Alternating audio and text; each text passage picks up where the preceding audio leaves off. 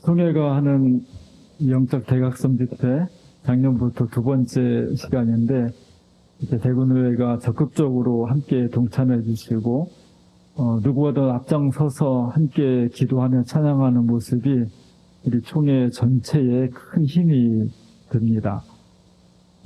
찬양이 살아있어서 제가 앉아있는 동안에 큰 은혜를 받았습니다. 우리 찬양팀, 예배 전 찬양팀 노래와 함께 반주가 아주 풍성해서 너무 좋았고요. 성가대는 연합 성가대인가요?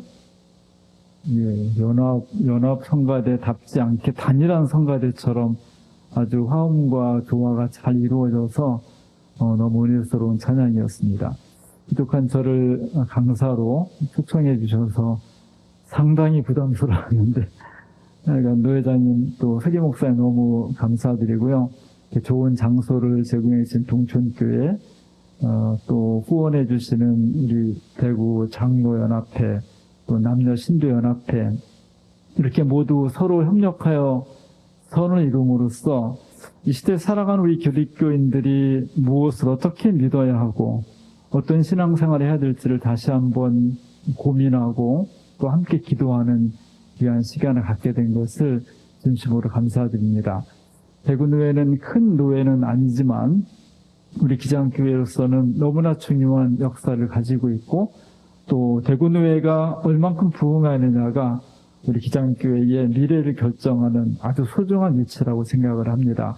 선후배 목사님들과 또 여러 장로님들, 성도님들이 마음을 다해서 총회 선교주를 지키고 함께 사랑하는 모습들이 하나님께 사랑하시고 또 우리 총회로 봤을 때 너무나 큰 위로와 격려가 되는 좋은 모습이라 진심으로 감사드립니다. 안 넘어가네요.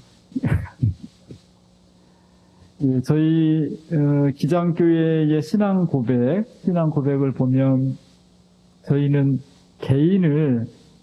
개인으로만 보진 않습니다. 그러니까 사람이 있으면 그 사람들이 서로 연관이 돼 있고 한 사람의 생각과 삶은 사회가 이루고 있는 구조 그리고 제도, 문화 이런 것들이 다 직간접적으로 영향을 끼치고 있다고 생각을 하기 때문에 우리 기장교회는 조금 다른 교단과 다른 구원관을 가지고 있는데 사람만 딱딱 집어서 예수 믿는다 그것만 만족하지 않고 우리가 살고 있는 사회의 모든 구조까지도 하나님 뜻으로 채워가는 것이 진정한 구원이다.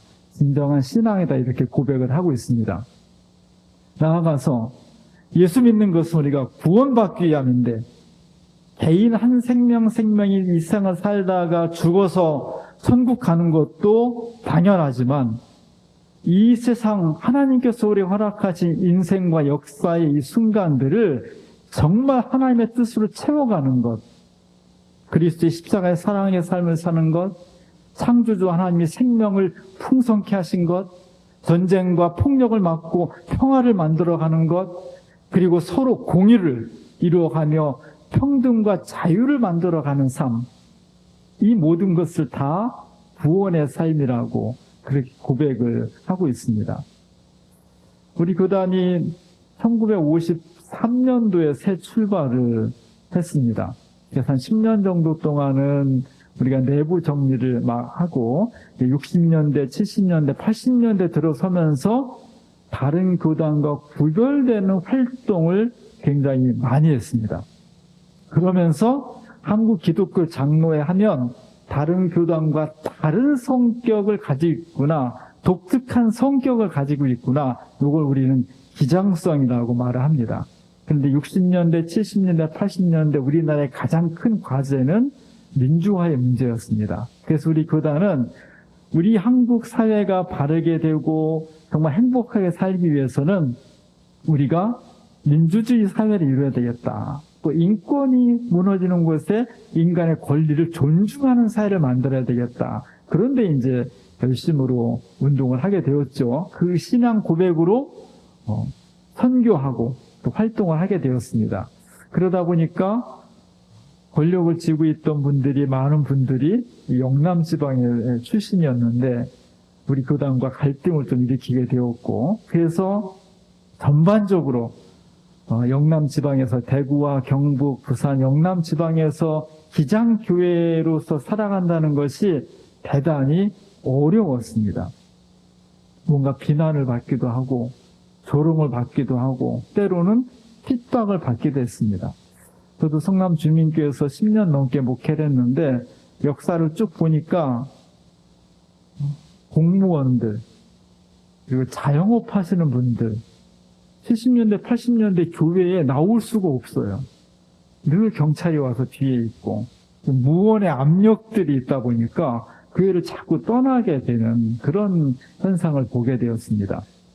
마찬가지로 영남이라는 지역, 기장교회의 신앙 고백이 강하지 않은 영남 지역에서 기장교회로 지속할 수 있다는 것, 기장교인으로 살아가신 여러분, 또 기장교회 목회를 하시는 목사님들, 기장교회 교인을 대표해서 장로의 역할을 수행하신 여러분들이 기장총회로서는 너무 고맙고 여러분들의 노고와 어려움들이 저희 총회를 시키고 기장교단을 교단답게 할 수 있는 밑거름이 되었다는 것, 제가 정말 꼭 이 말씀을 드리고 감사하면서 여러분들 지금까지 해오신 것처럼 기장교회로서의 자부심을 가지고 어려운 환경이지만 하나님께서 기장교회를 통해서 이루고 하시고자 하는 특별한 섭리와 계획과 뜻이 있다는 것을 확신하면서 우리의 신앙의 걸음을 걷는다면 하나님께서 우리를 통해서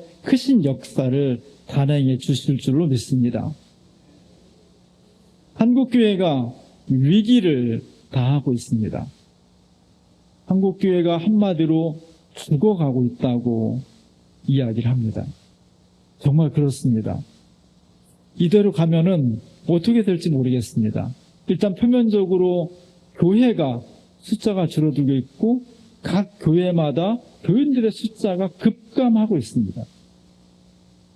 10년 사이의 통계를 보면 2014년부터 24년까지 10년 사이의 통계를 보면 한국교회가 보통 20% 줄어들었습니다. 우리 기장교회는 좀 더 심해서 한 30% 줄어들었습니다. 그리고 여기도 주변을 둘러보면 보시는 것처럼 대부분이 고령화됐습니다. 지금 이 상태로 가면 한 20년 뒤에는 정말 교회가 반 정도밖에 남지 않을 것이라는 예상. 이것이 저는 처음에 이 얘기를 들었을 때는 설마 그럴 리가 있겠나 하고서 좀 믿지 않았는데 최근에는 안 믿습니다. 정말 교회가 위기 상황이다. 어려워지고 있다 하는 것을 느끼고 있습니다. 또 하나 더 중요한 것은 교회에 대한 신뢰도가 너무 떨어져 있다는 거예요.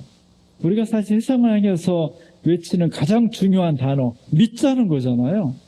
하나님을 믿고 예수님께서 하나님의 아들이심을 믿고 그분이 십자가 달려 돌아가셔서 우리가 구원받고 그분이 부활하시면 우리가 죽음을 이겼고 우리가 서로 상대방을 존중하고 믿음으로써 하나님 나라 이루어 가자라는 믿자라는 것이 우리의 모토잖아요.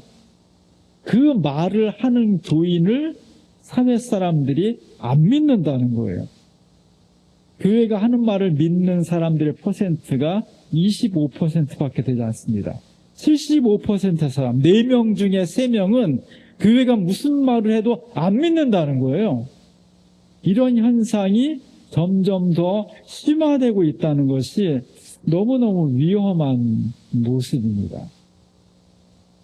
그리고 정말 중요한 것은 우리나라 사회가 종교심이 강한 사회잖아요.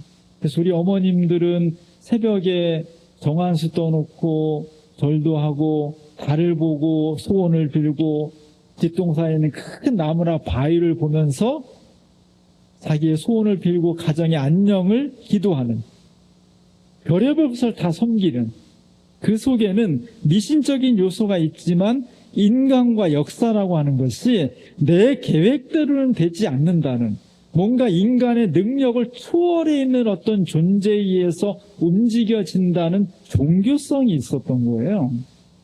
그런데 몇 년 전부터 한국 사회에 종교를 믿지 않는 인구가 60%를 넘어섰습니다. 10명 중에 6명은 무슨 종교든지 관심이 없다는 거예요.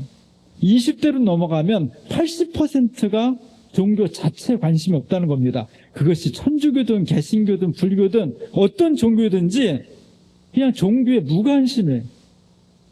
이런 현상이 계속 지속되고 있다는 것.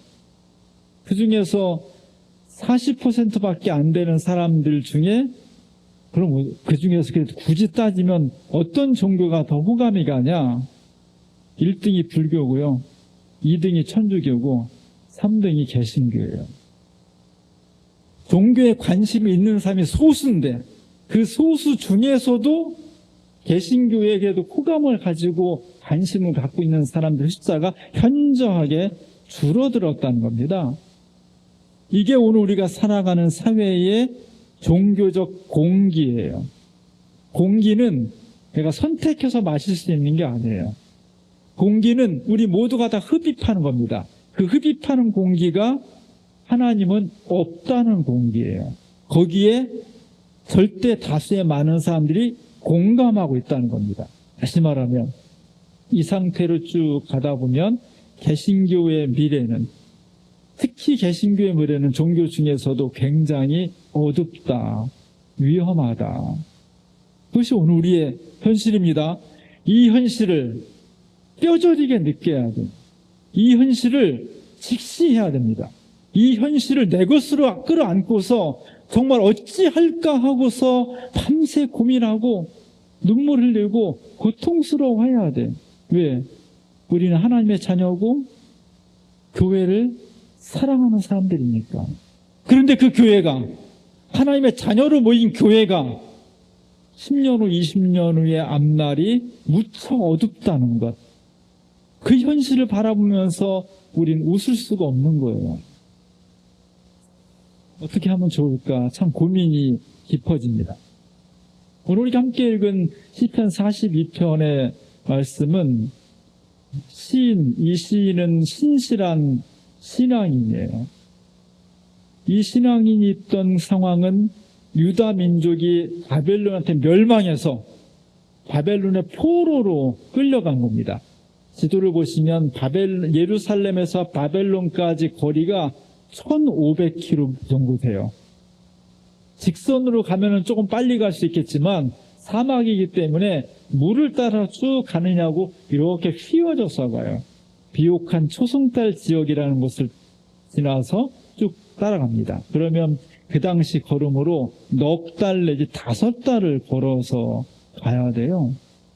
그 거리를 포로로 잡혀가는 겁니다. 저 거리 굉장히 먼 거리예요. 1500km니까. 옛날에 교통수단도 없이 거기를 걸어갔고 거기에 바벨론 사람들이 유대인들을 포로로 잡아가서 정착을 시키는 거였습니다. 매우 어렵죠. 절망적이죠. 1970년에 자메이카 출신의 그 싱어, 그 보컬 그룹이 바벨론 강가에서라는 리버스 오브 바벨론이라는 노래를 발표를 했어요. 별로 처음에는 인기를 얻지 못했습니다. 근데 1978년도에 영국에서 보니엠이라는 새로운 그 그룹이 결성되면서 이 사람들이 이 노래를, 원래의 음악은 자메이카의 레게 음악이에요. 굉장히 차분하고 뭐 그런 음악이었는데 그걸 새로 각색을 하면서 디스코풍으로 바꿔버렸습니다. 굉장히 신나고 빠르고 그리고 많은 사람들이 밝게 노래할 수 있는 그런 노래였습니다. 근데 아이러니한 것은 이 노래는 굉장히 밝고 경쾌한데 가사는 굉장히 슬프고 힘든 거였습니다. 바벨론 강가에 우리는 앉아 있었습니다. 우리가 시온을 생각하면서 우리가 울었습니다. 바벨론으로 포로로 잡혀간 사람은 나중에 50년에서 70년 지난 다음에 다시 포로로 귀환합니다. 포로에서. 자, 남의 나라로 지금 끌려갔습니다. 우리가 일제 36년 동안도 생각하면 너무 힘들고 고통스러운데 그래도 우리는 우리나라 땅에서 내 집에서 당했잖아요. 근데 저 사람들은 더 긴 기간, 50년, 70년이라는 기간을 자기 집을 떠나서 가족들이 다 함께 걸어서 포로로 잡혀간 것입니다. 얼마나 힘들었을까요? 노동에 지치고 우리가 언제 돌아갈 수 있을까? 아무리 살펴봐도 절망적이고 슬프고 그래서 그들이 시편을 통해서 우리가 바벨론 강가에서 울었습니다. 우리가 떠나온 시온, 하나님 함께 하셨던 도성 예루살렘을 생각하면서 한없이 통곡하며 울었습니다. 이런 노래를 부른 거였습니다. 더 힘든 것은 이들이 바벨론에 가서 충격을 받았습니다. 저는 수도권에서 자랐기 때문에 중고등학교 때 수학여행 가면 주로 경주, 설악산, 부산, 저희 때는 제주도를 못 갔어요. 근데 어느 날 보니까 서울로 수학여행 오는 사람들이 있더라고요. 저는 처음에 아니 왜 서울로 수학여행을 오지? 생각해보니까 지방에 있는 사람들은 서울이 보고 싶은 거죠. 그래서 지방에 있다가 서울에 있는 강남의 테헤란로 이런 데 보면 막 고층 빌딩이 30층, 40층 이렇게 있으면 깜짝 놀라거든요. 그렇게 서울에 있던 사람이 뉴욕의 맨하탄에 가면 또 한 번 뒤집어져요. 거기는 막 100층, 80층 이런 그 마천루들이 쫙 있기 때문에 서울 강남하고는 비교할 수 없을 정도의 웅장한 모습들이 펼쳐지거든요.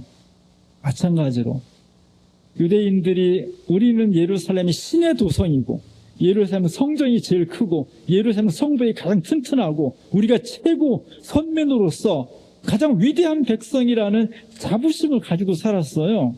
니느웨 바벨론에 가니까 바벨론이 신흥 제국으로 막 엄청난 문명을 자랑하고 있으니 가보니까 유대의 성벽과 건물하고는 비교할 수 없을 정도의 고층 대규모 건축물들이 즐비하고 군사력, 경제력 말도 못하는 거예요. 충격을 받았겠죠. 그리고 옛날에는 전쟁이 사람들 사이의 전쟁이 아니라 신들의 싸움이었습니다. 바벨론과 유대가 싸우면 바벨론 사람과 유대인이 싸우는 것이 아니라 바벨론이 믿는 마르둑 신과 유대인이 믿는 여호와 신의 싸움이었어요. 근데 유대가 졌지요. 이제까지는 여호와 하나님이 세상의 최고이고 모든 신 중의 신이고 우리를 사랑하시고 역사의 주관자라는 것을 요만큼도 믿어 의심치 않았는데 져버린 거예요.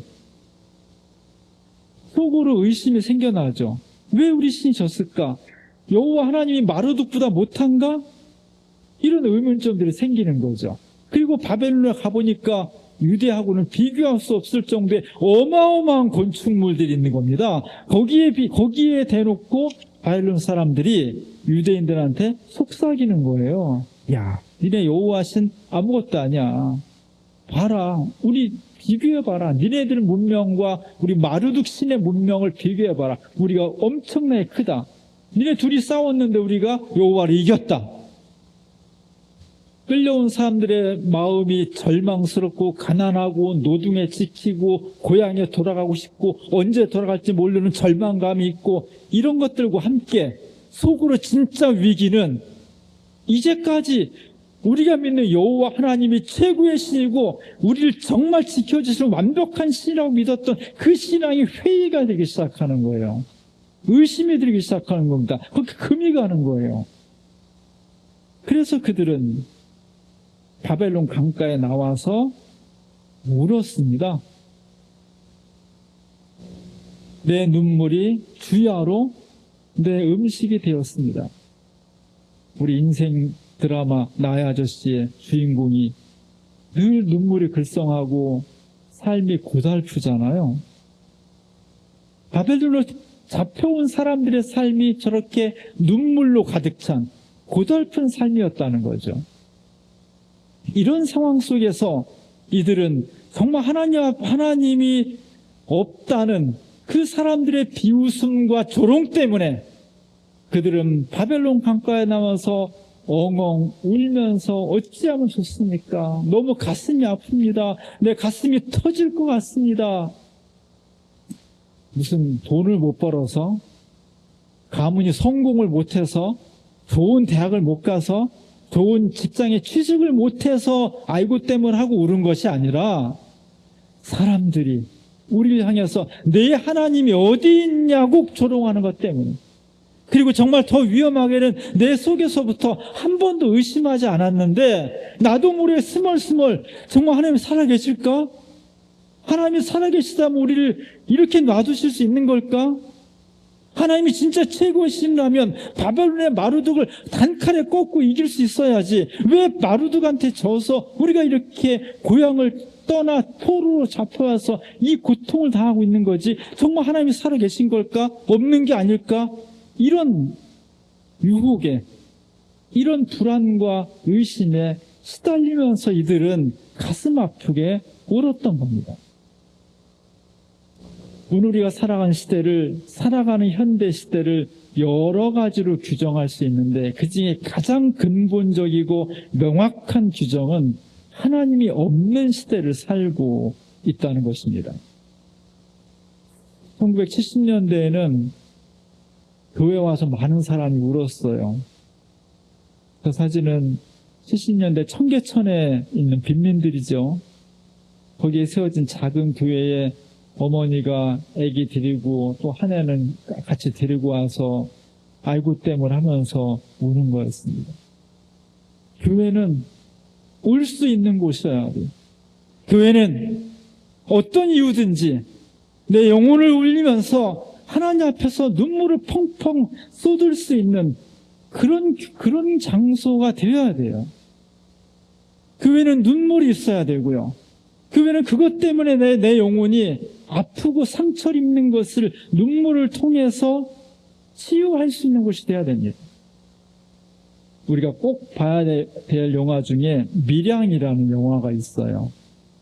원래 이청진의 벌레 이야기라는 단편 소설을 이창동 감독이 2007년도에 영화로 만들었습니다. 어떤 전문 영화 평론가는 21세기 최고의 영화가 밀양이다라고 했어요.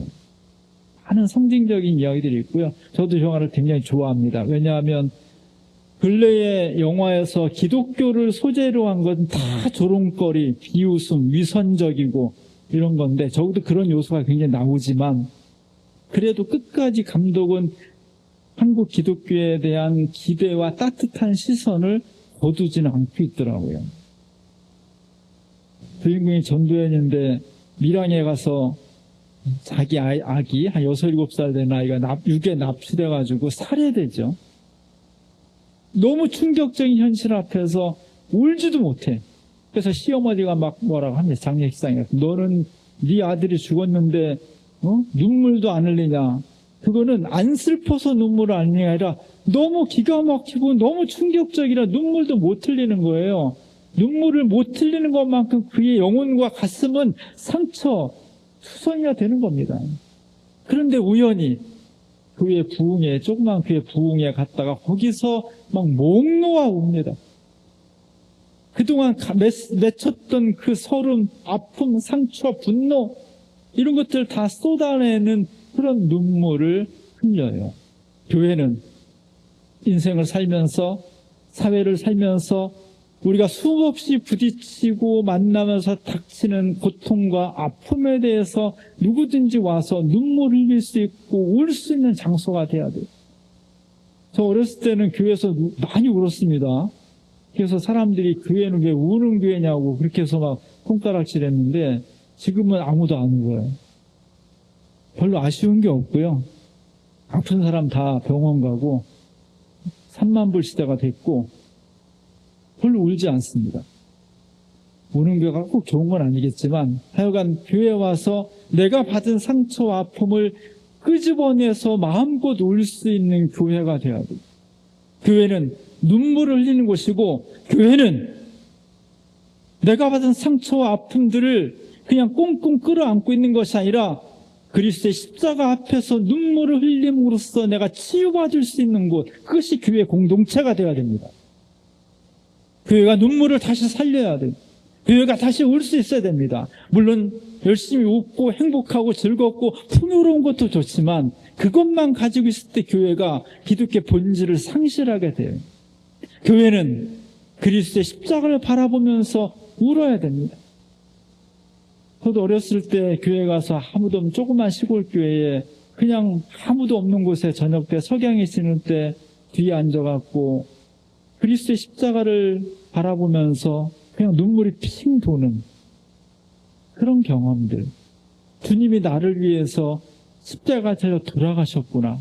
주님이 나를 위해서 저 고난을 당하셨구나 라는 고통이, 그것이 내게 전달될 때 은혜가 나타나는 거예요. 그것이 전달되지 않으면, 그 아픔이, 그 상처가 내 몸에 전달되지 않으면 예수님의 십자가가 무슨 은혜로 다가오겠습니까? 그래서 교회는 내가 사업에 실패하고 내 자식이 대학을 못 가서 오는 게 아니라 그리스도의 십자가를 바라보면서 내가 아파야 된다고, 울어야 된다고. 또 하나는 우리 이웃의 상처와 고통을 바라보면서 울어야 된다고요. 이란에 있는 초등학교에 폭격을 당해서 200명이 넘는 소년, 소녀가 폭삭 다 죽어. 저거 다 무덤이에요. 물량 많이 너무 떨어져 있고, 이슬람이 있는 국가니까 아무렇지도 않다면 우리의 영혼은 주님의 영혼과 너무 다른 거예요. 저 모습을 보면서 그는 얼마나 가련할까? 그를 잃고 있는 가족들은 얼마나 가슴이 미워질까?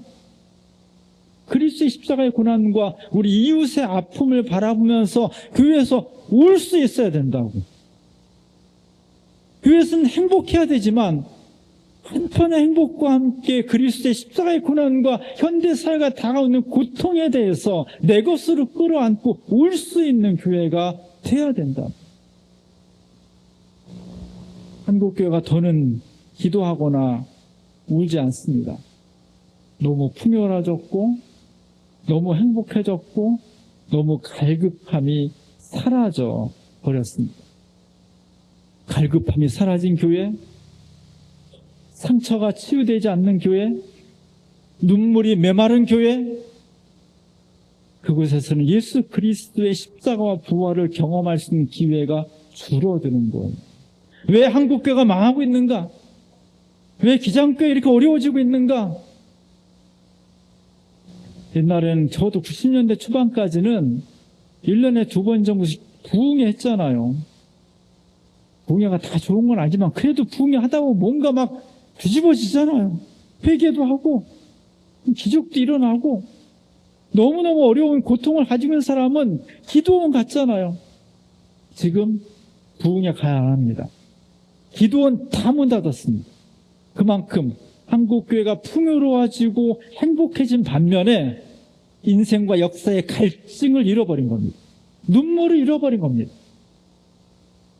한국교회가 살아나려면 갈급해야 돼. 하나님 없이는 우리가 살 수 없다고. 내가 아무리 돈을 많이 벌고 내가 아무리 건강하고 내 자식이 아무리 잘 돼도 하나님이 내 곁에 있지 않으면, 주님이 없다고 소리친 이 상황 속에서 나는 더 이상 살아갈 수 없다고. 사람들이 주님이, 하나님이 어디 있냐고 외치는 그 소리에 무덤덤한 것이 아니라 내가 도저히 견딜 수 없다고, 너무 아프다고, 힘들다고. 그렇게 교회 와서 눈물로 기도하고 눈물로 외치는 그 교회가 살아날 수 있는 거예요. 그것이 메말라 버리면 우리는 그냥 사람들의 모임이 되는 겁니다. 이렇게 된 사회 속에 남는 것은 하나님 없이 살아가는 삶, 인간이 남는 거예요. 그래서 인간이 산업시대를 지나서 정보화 시대를 지나서 이제는 인공지능 AI를 만들고 휴머노이드를 만들고 복제인간을 만드는, 더 이상 인간은 피조된 존재가 아니라 전혀 없었던 존재들을 창조해가는 신이 됐다고. 더 이상 하나님이 필요 없는 인간이고 신이 된 세상을 위해 살고 있다고. 점점 더 그렇게 될 겁니다. 이런 세상이 앞으로 펼쳐질 때 우리 자식들이 그런 세상을 살아갈 텐데, 이런 세상의 결말은 어떻게 될까? 그 미래는 어떻게 될까? 150년 전에 러시아의 문어인 도스토옙스키가 이 문제를 다룬 거예요. 죄와 벌에서 라스콜니코프, 그 다음에 까라마조카 형제에서 둘째 아들 이반이 이렇게 인간이고 신 없이도 우리는 얼마든지 행복할 수 있으며 하나님 없이도 우리는 스스로를 구원할 수 있고 우리는 새로운 신세계를 건설할 수 있다는 그런 믿음을 가지고 있는 사람들의 결말은 도스토옙스키는 미치거나 자살하거나 이렇게 결말을 짓는 겁니다. 이게 굉장한 예언이에요. 왜냐하면 19세기에 서유럽으로부터 마르크스주의와 사회주의 사상이 유럽의 변두리인 러시아로 물밀듯이 들어왔거든요. 러시아 재정에 신음하던 러시아 지식인들이 이 새로운 사상에 마구마구 빨려 들어갔습니다. 그 현실을 보면서 인간이 신이 된 세상의 최첨단의 구조가 사회주의거든요. 인간이 모든 것을 계획하고 욕망까지도 만들어낼 수 있는 그 모든 것을 다 체계화하고 경제화시킬 수 있는 시스템, 그게 사회주의거든요. 그것에 수많은 사람들이 매료돼서 거기에 빨려 들어갔습니다. 그런 현상을 보면서 도스토옙스키는 이대로 가면 이 사회는 풍요를 만들 수 있을지 모르지만 결국 신 없는 시대로서 미치거나 자살할 것이다. 그것을 우리에게 보여주고 있는 겁니다. 이것이 오늘 우리가 귀담아 들어야 될 거예요. 사람들은 이제 더 이상 신이 필요 없다고, 더 이상 기독교의 신은 없어도 우리가 얼마든지 행복한 세계, 유토피아를 건설할 수 있다고 자신하는 것이 현대 세계의 70%, 80% 사람들의 사고방식이에요. 서유럽이나 동양이나 이 세계의 사유방식이 그런 겁니다. 우리는 지금 그런 시대에서 호흡하며 살아가는 거예요. 그러나 우리 기독교인은 어떤 말을 하는 사람들이냐? 교회는 어떤 말을 하는 사람들이냐? 우리가 아무리 기술이 발달하고 아무리 풍요롭고 아무리 과학기술로서 새로운 것을 만든다 할지라도 그곳에 여호와 하나님이 계시지 않으면 유토피아가 아니라 끔찍한 결말을 갖게 되는 디스토피아로 갈 수밖에 없다고 끊임없이 소리치는 사람들. 예레미야처럼 그것 때문에 돌맞고 납치당하고 폭행당하고 살해당할지라도 하나님 없는 세상은 죽음에 이를 수밖에 없다고 목 놓아 울면서 끊임없이 소리치는 사람들의 모임, 이게 교회인 거예요. 교회가 이 사명을 방기할 때, 교회가 이 사명에 관심하지 않고 그냥 나 혼자 잘 살고 나 혼자 장수하고 평화롭게 풍요롭게 사는 것에만 관심할 때 그 교회는 진짜 교회가 될 수 없는 겁니다. 오늘 한국 교회가 거기에 자꾸 가까워지고 있는 거예요. 여기서 우리가 새롭게 돼야 됩니다. 그것이 오늘 새롭게 모이고 기도하는 교회로서의 새로운 상이에요. 영적 대각성 집회를 왜 하냐? 하나의 행사로서 하는 것이 아니라 우리가 다시 한번 우리 자신을 돌아보면서 우리가 정말 복음에 얼마큼 가까이 있는지, 우리가 놓친 것은 무엇인지, 이 시대의 사람들과 역사를 구원하기 위해서 우리는 복음의 어떤 부분을 다시 회복해야 되는지 그걸 다시 보자는 거예요. 초대교회는 우리보다 훨씬 약한 교회였습니다. 사람도 몇 명 안 됐고 두려움과 공포에 쌓여 있었습니다. 그랬던 초대교회가 어느 순간 뒤집어졌습니다. 어느 순간 완전히 새로운 교회로 전환되었습니다. 무엇을 통해서? 성령 강림을 통했습니다. 성령 강림 절기에 그들이 모여서 성령의 역사하심을 통해서 그들은 놀라운 충격을 받았고 그들의 존재 전체를 흔들어 놓는 대전환을 가져온 것입니다. 교회는 성령의 역사 없이는 살아갈 수 없는 거예요. 우리 시대가 그냥 가만히 나오도 하나님을 섬기고 하나님을 숭배하는 그런 신앙의 사회라면 덜하겠지만 이 시대는 가면 갈수록 하나님 없이 인간의 힘으로 인간이고 신이 되는 그런 사회로 변해가고 있는데 여기서 이 시대를 거슬러서 하나님과 함께 사는 삶을 살아가기 위해서는 우리 힘으로는 우리 의지와 결단은 안 된다는 거예요. 성령의 역사하심과 성령의 도우심이 있어야만 우리의 부족함을 넘어서서 초월해서 새로운 인생과 역사를 만들어 갈 수 있다는 것이 초대교회 증언입니다. 우리 대구교회가 성령 충만한 교회가 됐으면 좋겠습니다. 어떻게 하면 되느냐? 사도행전에 이렇게 기록하고 있어요. 오순절 날이 이미 이르매 그들이 다 같이 한 곳에 모였다.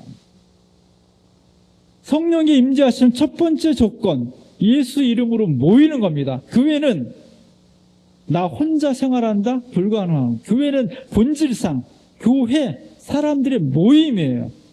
모이는 것이 중요한 겁니다. 모여서 예수 그리스도의 이름으로 함께 예배하며 그분을 기다리며 그분께 영광을 드리는 모임이 있을 때 그곳에 성령이 임재하신다. 성령의 임재하심을 통해서 인간과 역사를 대변혁했다는 겁니다. 그것이 그렇게 증언이에요. 두 번째는 모여서 그냥 노는 것이 아니라 그들이 함께 모여서 기도했다는 겁니다. 다 같이 한번 읽어볼까요? 그들이 사도의 가르침을 받아 서로 교제하고 떡을 떼며 오로지 기도하기를 힘씁니다. 기도하기를 힘썼다는 겁니다. 여러분 왜 모였습니까? 찬양하며 말씀을 들으며 기도하기 위해서 모인 겁니다. 우리의 기도가 그냥 소리치는 것으로 끝나는 것이 아니라 우리의 간절함과 갈급함이 있기 때문에 하나님께서 우리의 기도를 통해서 성령을 우리 가운데 보내주신다는 겁니다. 성령이 역사하시면 아무리 부족한 사람도 아무리 연약한 공동체도 자기를 넘어서서 인생과 역사를 근본적으로 변혁시켜 나갈 수 있는 에너지를 얻는다는 겁니다. 오늘 우리 가운데 이것이 살아나야 돼요. 다시 한번 기도하면서 하나님 말씀 가운데에서 우리를 똑바로 세우고 정말 참여하면서 이 인생을, 이 역사를, 이 사회를, 이 시대를 어찌하면 좋겠냐고 울어야 된다고. 간절함으로 울어야 된다고요. 그래서 우리의 기도가 하나님 앞에 상달되어서 하나님이 우리에게 응답해 주시고 하나님이 응답해 주신 것을 통해서 여호와 하나님이 손으로 잡히지 않고 눈으로 볼 수 없지만 여전히 살아있다는 것을 경험하게 될 때 그때 우리는 새로운 생명의 기운을 얻는 것입니다. 영적 대각성 집회는 이걸 하자는 거예요. 교회가 죽어가고 있는데 거의 무덤에 묻히고 있는데 여기에 돈으로도 지식으로도 어떤 힘으로도 교회를 살릴 수 있는 것이 아니라 초대교회처럼 성령의 임재하심을 통해서 성령의 역사하심을 통해서 우리가 정말 하나님이 살아계신 것을 온 몸으로 체감할 수 있을 때 그때 교회는 새로운 교회로 그때 기독교회는 새로운 존재로 거듭날 수 있다는 것 그것이 죽어가는 교회를 죽어가는 그리스도인들을 새롭게 살리면서 새로운 역사를 펼쳐나갈 수 있는 힘이 되는 것입니다. 대구노회에 주님의 놀라운 역사가 임하길 원합니다. 그러하기 위해서 끊임없이 기도하고 뜨겁게 찬양하고 하나님의 말씀에 내 영혼을 맡길 수 있는 그런 교회가 될 때 우리 모두 속에 거룩하신 성령이 임재하실 것입니다. 이 놀라운 역사가 2020년 영적 대각성 집회를 참여하는 우리 모든 대구노회 교회와 교인들에게 뜨겁게 역사하시기를 주님의 이름으로 간절히 축원합니다. 기도하겠습니다. 은혜로우신 하나님, 하나님이 어디 있느냐고 오늘 세상이 우리를 조롱하며 비난합니다. 옛날 시인처럼 이것이 너무 아프게 하시고 이것이 너무 우리의 상처가 되게 하시고 이것 때문에 식음을 정폐하면서 눈물을 흘릴 수 있는 하나님의 자녀들 되게 하옵소서. 우리 힘으로는 어쩔 수 없사오나 성령이 함께 하시면 우리가 새로워질 수 있사오니 죽음의 시대, 교회가 점점 몰락해가는 시대에 성령의 역사하심을 통해서 우리가 다시 한번 새로운 그리스도인으로 새로운 초대교회를 회복할 수 있는 놀라운 역사가 오늘 대구노회에서부터 뜨겁게 일어나게 하시옵소서. 예수님의 이름으로 간절히 기도합니다.